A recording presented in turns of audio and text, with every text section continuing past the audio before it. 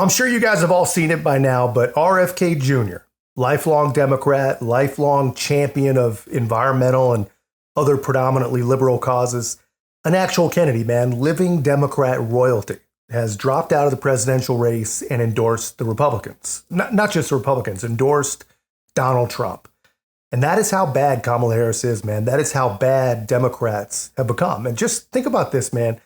If the Democrats hadn't manipulated their primary system to basically protect Joe and eliminate debate, Joe Biden's cognitive issues would have been exposed over a year ago. You know, Kamala Harris would probably be president right now, and RFK Jr. would probably be their nominee, and he'd have a real shot at winning. But instead, the party of democracy is completely imploding. They're faking campaign events, and it's all energy and it's all vibes or whatever. And the Trump-Vance ticket really has become the real true ticket of unity, man. And this is what happens when powerful elites get it all wrong. Whoa.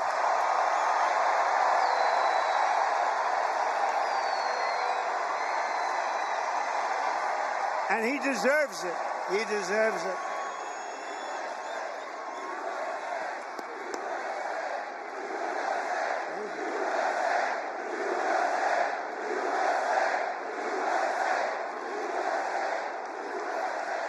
For the past 16 months, Bobby has run an extraordinary campaign for President of the United States. I know, because he also went after me a couple of times. I didn't like it. And I mean this sincerely. Had he been allowed to enter the Democrat primary, he would have easily beaten Joe Biden, but they wouldn't let him in.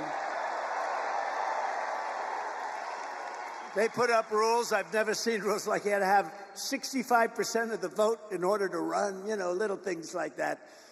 His candidacy has inspired millions and millions of Americans, raised critical issues that have been too long ignored in this country, and brought together people from across the political spectrum in a positive campaign grounded in the American values of his father, Robert Kennedy, a great man, and his uncle, President John F. Kennedy. And I know that they are looking down right now, and they are very, very proud of Bobby. I'm proud of Bobby, you want to know the truth.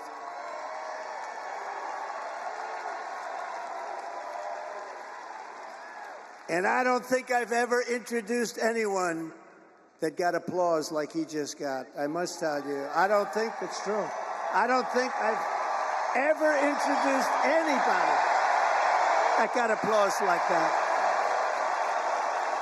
Soon after I can't even believe I have to say this, nearly assassinated in Pennsylvania last month, Bobby called me to express his best wishes. He knows firsthand the risks incurred by leaders who stand up to the corrupt political establishment. When you stand up, you bring on some trouble for yourself, but you have to do what's right. You have to do what's right for the country. I will tell you, we are both in this to do what's right for the country. That's one thing I can tell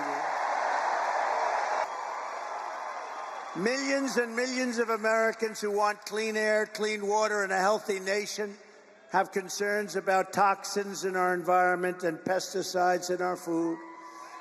That's why today I'm repeating my pledge to establish a panel of top experts working with Bobby to investigate what is causing the decades-long increase in chronic health problems and childhood diseases.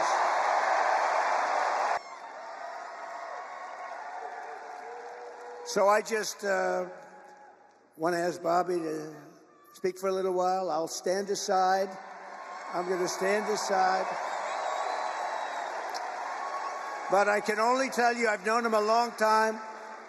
We've been a little bit on the opposite side of the equation, but I will say this, he is a brilliant, I still think of him as young. He's not that young. I always call him young, but he's not that young. But he is a phenomenal person, a phenomenal man who loves the people of this country as much as anybody can love the people of this country. So, Bobby, please say a few words. Thank you very much.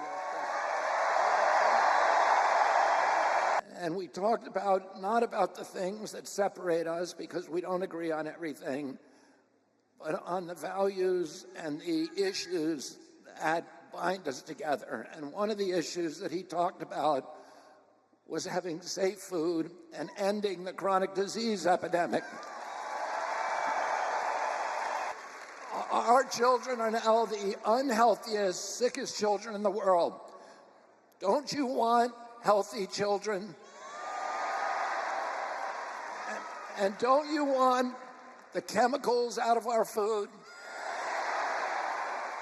And don't you want the regulatory agencies to be free from corporate corruption?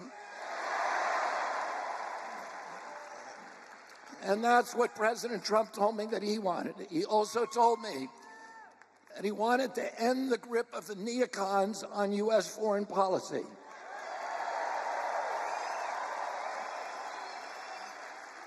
He said he didn't want any more $200 billion wars in Ukraine, that we could use that money back here in the United States.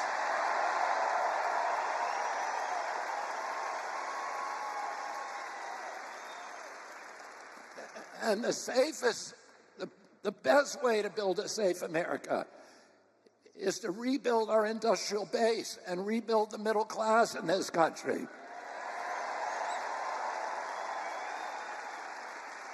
And don't you want a president who's going to get us out of the wars and who's going to rebuild the middle class in this country?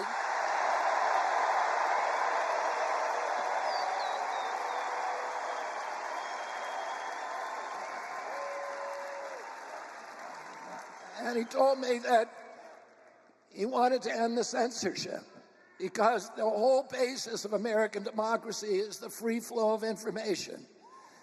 And we know that a government that can silence its opponents has license for any kind of atrocity. And can you think of any time that you can look back in history and say that the people who were censoring were the good guys? They're always the bad guys, because it's always the first step down that slippery slope to totalitarianism.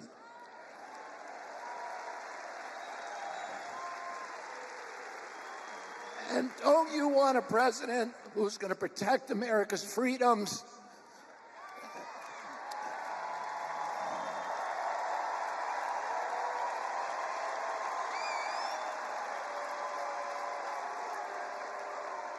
And who is going to protect us against totalitarianism?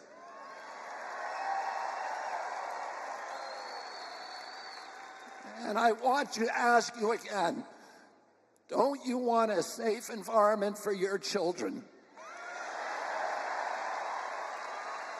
Don't you want to know that the food that you're feeding them is not filled with chemicals that are going to give them cancer and chronic disease?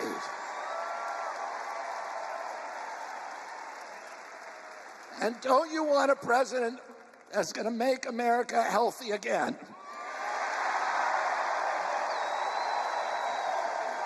Thank you all very, very much, and God bless you, and God bless America.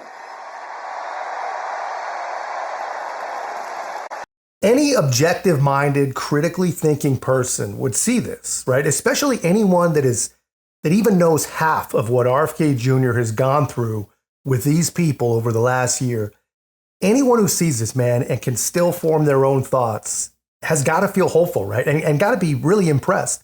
The guy is doing what he knows to be right. And I'm sure he's losing friends over it. I know he's upsetting his family over it. You know, they apparently still crave to be relevant Democrat royalty. But he's doing what he believes to be right? He doesn't see an end to the forever wars with Kamala Harris. He doesn't see a healthier future for our kids with Kamala Harris. He sees the same old bought and paid for corporate Democrat shills with Kamala Harris. And, you know, he may not see eye to eye with Donald Trump on a lot of things, but he knows the man is not a puppet. He knows that much, right? And the media, they know it too. That's why they're so pissed off. And David, another thing that happened yesterday, we saw RFK Jr. announce he's suspending his campaign, endorsing Donald Trump. Then he joined him on stage at a rally in Arizona, which I think made J.D. Vance very sad. But how does RFK Jr. suspending this campaign and endorsing Trump impact the upcoming Trump-Harris Yeah, so it's something we should not overlook because, look, all along, RFK Jr. was talking Republican talking points, particularly with his anti-science, anti-vaccine, conspiracy theory-driven policies and ideas. That is MAGA talk. That's Republican talk. And so I think generally we always expected him to, if he was going to draw many votes, he would draw them from the Trump campaign. And we're also now seeing some hijinks where they've admitted the entire game, saying, look, they realize that they might be helping Harris, so now he's going to drop out. So we can't overlook what's happened. First time. Today, RFK Jr. had suspended his campaign, endorsing Trump. Kennedy telling reporters that Trump had asked him to, quote, enlist him in his administration. Now, the latest swing state polls show Kennedy with 5 or 6% of the vote. And so when you think about it overall, you may say, well, that's not a big deal. Actually, if that is the case in swing states, it is huge. It is everything. It is more than the margin between Harris and Trump in some of those same states. You know, I think this is one of the tackiest things I've seen in politics, and that's a very low bar. Because what we see is a Robert F. Kennedy Jr., who was basically bargaining to see who the highest bidder would be to get his endorsement, right? So what he's saying is that Donald Trump gave him a quid pro quo, is going to put him in his administration. Kamala Harris, rightly so, didn't give him the time of day. I think a campaign that's already wrestling with a label of weird, bringing in a guy who's had to deny that he ate a dog, who's told us he had a worm in his brain, and who stabbed a dead cub bear and then posted in Central Park. Man, talk about adding weird to weird. You know, Scott Jennings is with us. RFK Jr., as you know, Scott, is a known conspiracy theorist. Yeah, I was watching that, and Donald Trump last week stood and said in front of a bunch of groceries and said, I haven't seen any Cheerios in a long time. I had Cheerios for breakfast. This was cuckoo for Cocoa Puffs. And trying to get any logic out of that is good luck with that. Because it's, one, you can't understand what he says. Two, if you can't understand what he says. And I'm reminded of a line in Mel Brooks's Blazing Saddles when somebody gets up and gives an indecipherable speech. He says, who can argue with that? That's authentic frontier gibberish, and that's exactly what that is. You gotta love journalist Wolf Blitzer smearing a Kennedy as a conspiracy theorist, right? He can't tell you how exactly, but he will tell you that he is. And that's all they need to hear in CNN land, right? Journalist says it, so it just becomes true. But the truth is, nothing RFK Jr. talks about is crazy. Nothing is conspiratorial. You know, he talks a lot about the fact that, you know, really just a few large corporations control almost every single thing that modern American society puts into their bodies. He talks a lot about health, which really, when you think about it, you know, the left, they have this Medicare for all fantasy, right? But if that's ever going to happen, we have to have a much healthier population. Otherwise, we'd never be able to afford it. But these are not conspiracy theories. We could just start right here with seed oils. We're hearing a lot about seed oils. Why should people be worried about these kind of products? Seed oils are one of the most unhealthy ingredients that we have in foods. And seed oils, the reason they're in the foods is because they're heavily subsidized. They're very, very cheap, but they are associated with all kinds of very, very serious illnesses, including body-wide inflammation. Right. Which affects all of our health. It's one of the worst things you can eat, and it's almost impossible to avoid. If you eat any processed food, you're going to be eating seed oil. Right, and it's interesting, the government subsidizes it. Why would the government want to subsidize something that's going to make people sick? And then in the end, we all end up paying for that in terms of healthcare costs, which are skyrocketing. Yeah, because that is a direct result of corruption. About 75% of FDA's budget comes from regulated industry, and that means food processors and pharmaceutical industry. All of them profit from a sick population. These are the kind of things that Kennedy talks about, right? And these are the exact kinds of things that the powerful elites want you to think are crazy. They want you to ignore anything serious, ignore anything substantive, and just go on just worrying about vibes and feelings and hope. You just got to worry about not going back. Just keep going forward with Kamala Harris. That is all they want you to think about. Don't worry about any of the minutia. You know, you don't worry about any of the details. Don't worry about what's in your food or what's in your medicine or how many deaths around the world the machine funds with your money. That's all crazy stuff, right? And you don't want to be crazy. You just worry about all the evil, crazy, rich white guys, and you go help Kamala break that glass ceiling. That's about as much as the ruling class actually thinks about the average American, right? Remarkable stuff. That's all I've got, guys. Let me know your thoughts in the comments. If you haven't already, be a part of our growth. Make sure to like, comment, subscribe. Most importantly, share the channel. I'll see you in the next one.